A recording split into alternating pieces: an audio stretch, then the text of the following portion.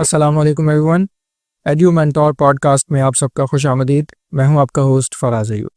बात कर रहे हैं हम स्ट्रेस मैनेजमेंट पर। इसके लिए हमें ज्वाइन किया है मिस सुमैया ने। आइए जानते हैं कि टीचर्स बेसिकली किन स्ट्रेटजीज़ को टीचर्स को बेसिकली फॉलो करना चाहिए टू प्रिवेंट बर्नआउट। ओके।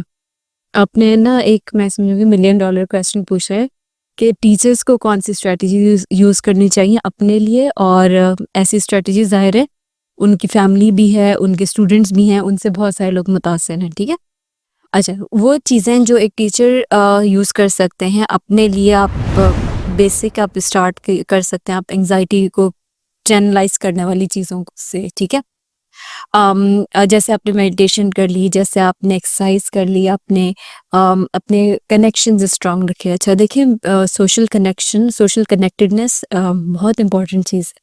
ठीक है, आपका ताल्लुक आपके आसपास के लोगों के साथ बहुत ज़्यादा इंपॉर्टेंट है। आप जब उनके साथ कनेक्ट रहते हो तो आप अपने भी स्ट्रेस को चैनलाइज करते हो, वो भी अपनी बात कहते हैं, और वो एक हेल्दी इन्वायरमेंट होता है। ठीक है, अच्छा, उसके बाद फिर एक और तरीका होता है, वो ये है कि अगर आप वर्क लाइफ को बैलेंस करना चाह रहे हो और अगर आप उसके स्ट्रेस को मैनेज करना चाह रहे हो, तो उसके लिए आपको बहुत ज़्यादा विजिलेंट रहना है, प्रिकॉशियस रहना है उन फैक्टर्स के जो कि मज़ीद मुतासिर कर सकते हैं। फॉर एग्ज़ाम्पल, अगर आप वर्क प्लेस पे जा रहे हो और आने जाने में आपको इतना टाइम लग रहा है, टाइम बहुत ज़्यादा लग रहा है, आपका डिस्टेंस बहुत ज़्यादा है, अगर कोशिश कर सकते हो तो इस फैक्टर को, इस वेरिएबल को मैनेज करने की कोशिश करें।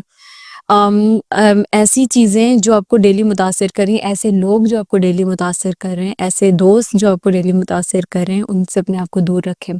जब मैं प्रिकॉशंस की बात करती हूँ तो मैं सिर्फ इसकी बात नहीं करती कि आप अपने आप को सिर्फ और सिर्फ अपने सिक्योर करने के लिए आप स्टेप्स लें। मैं इस चीज़ की भी बात करती हूँ कि बाज़ औक़ात आप एक टाइम पे 4 काम करते हैं। ठीक है, वक्त गुजरता है, आपकी एनर्जी इतनी नहीं रहती। ठीक है, you have to understand that कि 1 साल में अगर आप पिछले साल आप 4 काम कर सकते हैं, इस साल आपकी 3 साल करने की कैपेसिटी, लेट इट बी।